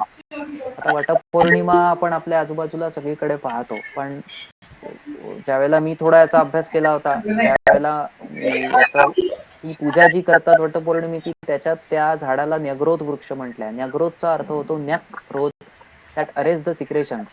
आणि मग थोडा अजून रिसर्च केला तर लक्षात आलं की अनेक जसं लॉर्ड बुद्ध और Jain tirthankar Rishabhdev are believed to have sat under this tree and they were enlighten, म्हणजे त्यांना ज्ञानप्राप्ती जी झाली ती या वृक्षाच्या खाली झाली.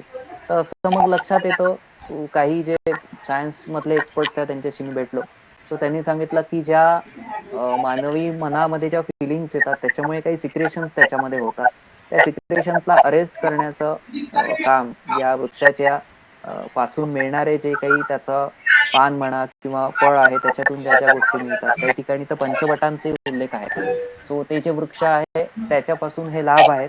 तर म्हणून पण त्याच्या जवळपास पूर्वीच्या काळी तपोसाधना किंवा ज्ञानप्राप्ती केली जायची. जसं बटू शब्द तुम्ही ऐकला असेल, उपनयन संस्कार वेदिक संस्कृतीत मोंज किंवा उपनयन संस्कार असतो त्याला बटू म्हणतात. तर वडाच्या झाडाखाली बसून तो शिकायचा म्हणून तो वटू झाला आणि मग त्याचाच पुढे बटू झाला. सो किंवा अजून एक एक्झाम्पल पाहायचं तर आपलं मकर संक्रांतीला आपण जी रांगोळी काढतो आपल्या घरासमोर त्याच्यात सूर्य काढतो. आता आपल्याला माहिती आहे की सूर्य हा एक सोलार इयर, सूर्य सौर वर्ष जे होतं ते सूर्य वेगवेगळ्या राशीत जातो त्यामुळे होतं. त्याचंच रिप्रेझेंटेशन ही ती एक साधी रांगोळी आहे. सो आपले रिच्युअल्स आणि कस्टम्स मधून पण, थोडक्यात आपल्या कल्चरमधून, भारतीय संस्कृतीमधून पण अनेक नॉलेज थ्रेड्स आपल्याला मिळतात. सो ते पण इथे महत्वाचं आहे. म्हणून भारतीय संस्कृती हा पण इंडियन नॉलेज सिस्टीमचा एक महत्वाचा भाग आहे. So overall we can say why it is important. The importance of IKS lies in its profound impact on various aspects of human life, philosophy, science and other streams. गुरु शिष्य परंपरा इथे होती, तो एक वेगळा पॅटर्न होता. आणि आजचा जो आपला अकॅडमिक आहे तो गुरु शिष्यच आहे, पण समहाऊ दॅट इज थोडा एक वेगळी त्याचं फ्रेमवर्क आहे. सो त्या पॅटर्नच्या पॉइंट ऑफ व्ह्यूनी विचार करून त्या नॉलेजला एक्सप्लोर करणं हा पण एक महत्वाचा भाग आहे. याचं इन्कॉर्पोरेशन आता IKS झालेलं असल्यामुळे this is I think golden opportunity to all of us to recognise and review whatever knowledge we had. त्यानंतर ओरल ट्रॅडिशन्स आपल्या इथे केवळ काही विशिष्ट सेट्समध्ये नाही, तर आयदर आता केरळला तुम्ही गेले तर इंडियन मार्शल आर्ट्सचे गुरुकुल आहे, संगीत शास्त्राचे आहे, चित्रकलेचे असतात. तर ट्रॅडिशनली जे जे चालत आलेलं आहे त्याला प्रिझर्व करण्यासाठी म्हणून आणि त्याच्या थ्रू आपले कल्चरल फिलॉसॉफिकल रूट्स पण मजबूत करण्यासाठी हे कामाचं आहे. त्यानंतर overcoming the challenges to adopt IKS needs collaborative and inclusive approach. हे नक्कीच एका व्यक्तीचं काम नसून याला कम्युनिटी, पॉलिसी मेकर्स, रिसर्चर या सगळ्यांना एकत्र आणणं आवश्यक आहे. त्यासाठी पण याच्यावर आपण आपला वेळ इन्व्हेस्ट करणं आवश्यक आहे. सो हे सगळे व्हेरियस ऍस्पेक्ट्स आहे. What should be our mission. So if we want to be the ambassador of IKS, it is very important to inspire you to take deep interest in IKS, to develop processes, practices, technologies, mechanism based on IKS, to develop a sense of deep pride in Indian culture, to promote Indian culture. So हे सगळं मला वाटतं आपण ज्या वेळेला करू त्यावेळेला Indian knowledge system हे एक मिशन म्हणून आपण नेऊ. कारण की हा केवळ एक विषय नाही आहे, तर ही आपल्या जीवन पद्धतीशी आणि आपल्या सगळ्यांचे जे पूर्वज असतील ज्यांनी आपल्याही घरात, आज आपल्या घराचं वयस जवळपास आपण सांगू नाही शकत की परंपरेनुसार कितीतरी पिढ्या आपल्या चालत आलेल्या आहे, त्या लोकांच्या वेळेला जी नॉलेज सिस्टीम होती ती हीच होती. आणि त्यांनी विचारपूर्वक या सगळ्या गोष्टी केलेल्या असल्यामुळे त्यानंतर याला एक मिशन बनवणं भाग आहे आणि या मिशनला घेऊन समोर कसं जायचं. सो त्याच्यासाठी टू प्रिझर्व दिस नॉलेज, जर आपल्या आसपास असं काही असेल तर त्याला प्रिझर्व करा. ऑलरेडी तुमच्याकडे असेल तर त्याच्यावर रिसर्च करा.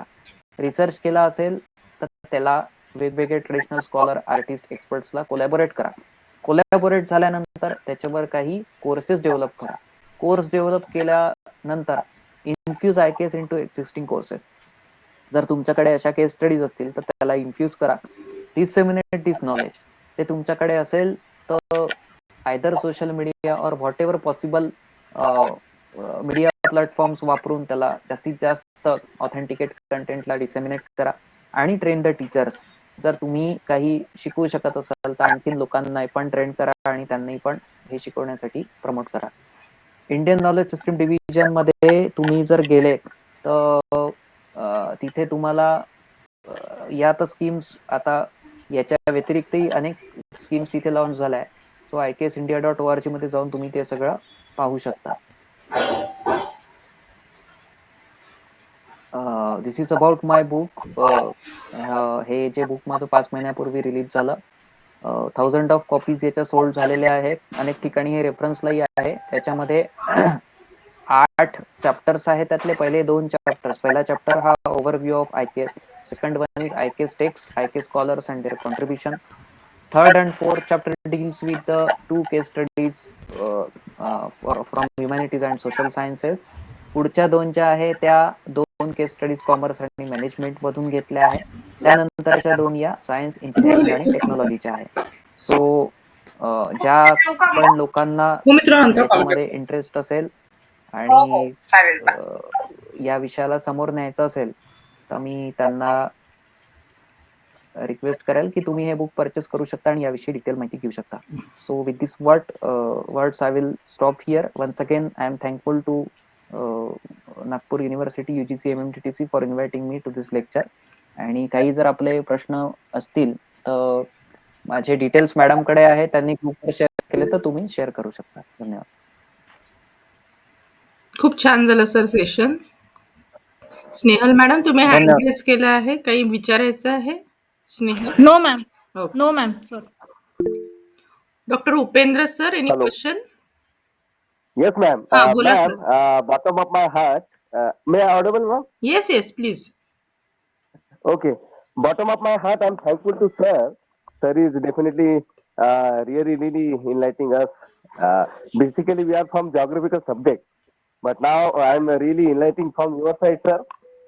This Thank you. information definitely valuable for my research and upcoming days, and definitely it will help for making a bibliographical approach. So as you just spoke that you wrote one book related to this thing. So it is Yeah. available on Amazon, or it is available, sir, on Yeah, it is Amazon? available on Amazon. So, and the Okay. price of the book is 300 rupees. So you can buy Okay. it, and also you can share the link to the जो interested है उन सभी के साथ share भी कर सकते Okay, sir. Thank you, sir. Thank you once again, sir. Thank you. हैं. Thank you. Thank you. अजून कोणाला काही प्रश्न आहेत? Yes ma'am. हा, बोला सर. मॅडम यांचं या सरांचं सेशन अजून एक बाकी आहे ना मला वाटतं. नाही, या टॉपिक वरती एक सेशन आहे जे अनुराग देशपांडे सर घेणार आहेत सर. ओके. दुसरे सो research. बेसिकली राशी, त्याच्यानंतर नक्षत्र, करण आणि त्याचा टाइम आणि प्लॅनेटरी सिव्हिलायझेशनसाठी होणारा उपयोग भविष्यातला, हम्म. तर यावरती थोडासा प्रकाश अपेक्षित आहे इफ पॉसिबल. सध्या तर वेळ ऍक्च्युली माझं अजून एक सेशन आहे पण मी माझा नंबर शेअर केलेला आहे चॅट बॉक्स ओके. मध्ये. सो आपण नक्कीच पर्सनली इंटरॅक्शन करू शकतो. हो सर. चालेल. किरण कुमार सर, सरांनी नंबर Thank you. पाठवला चॅट बॉक्स मध्ये, तो एकदा बघून घ्या किंवा मी ग्रुपमध्ये Okay. पण सरांचा नंबर शेअर करते. चालेल madam. Thank you so Yes, much. yes. Okay. Yes. Anyone else?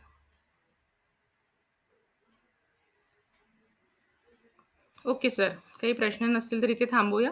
खूप खूप धन्यवाद सर, आम्हा सर्वांतर्फे. खूप छान सेशन झालं आणि खूप छान माहिती ते पण मराठीमध्ये तुम्ही सगळं छान एक्सप्लेन करून दिलं सर. खूप खूप धन्यवाद सर आम्हा सर्वांतर्फे. Thank you so much sir. धन्यवाद मॅडम. नमस्कार. Thank you sir. नमस्कार. Thank you all the participants. यहाँ पे हमारे सेशंस खत्म होते हैं आज के.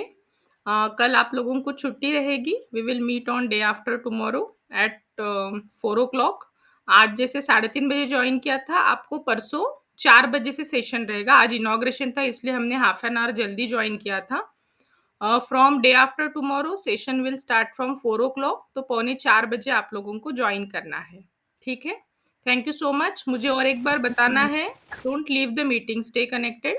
आप लोगों का नंबर बहुत कम दिख रहा है मुझे, तो आप देखिए सिंसियरली आपको ये कोर्स करना है. आप विलिंगली ज्वाइन हुए हैं सब लोग, तो आप लोग अपना 100% अपने तरफ से देंगे, ये मैं रिक्वेस्ट करती हूँ आप लोगों से, क्योंकि as far as your selection list is concern उसमें number of participants are many more but अभी करंटली सेशन में देर आर ओनली 53 पार्टिसिपेंट्स, तो थोड़ा सा आप ध्यान रखिएगा। परसों से सभी को अच्छे से ज्वाइन करना है, अटेंटिवली सुनना है, और आप लोगों को ज़रूरी इसमें कुछ ना कुछ इनपुट्स मिलेंगे। I am trying my level best, तो आप लोगों से भी मुझे कोऑपरेशन की ज़रूरत रहेगी, तो आप लोग प्लीज़ सिंसियरली इसको अटेंड करेंगे। Thank you so much everyone, see you on 4th of December. Thank you so much. Thank you, ma'am. Thank you. Thank you. Good night Um, everyone. Thank you. Thank you.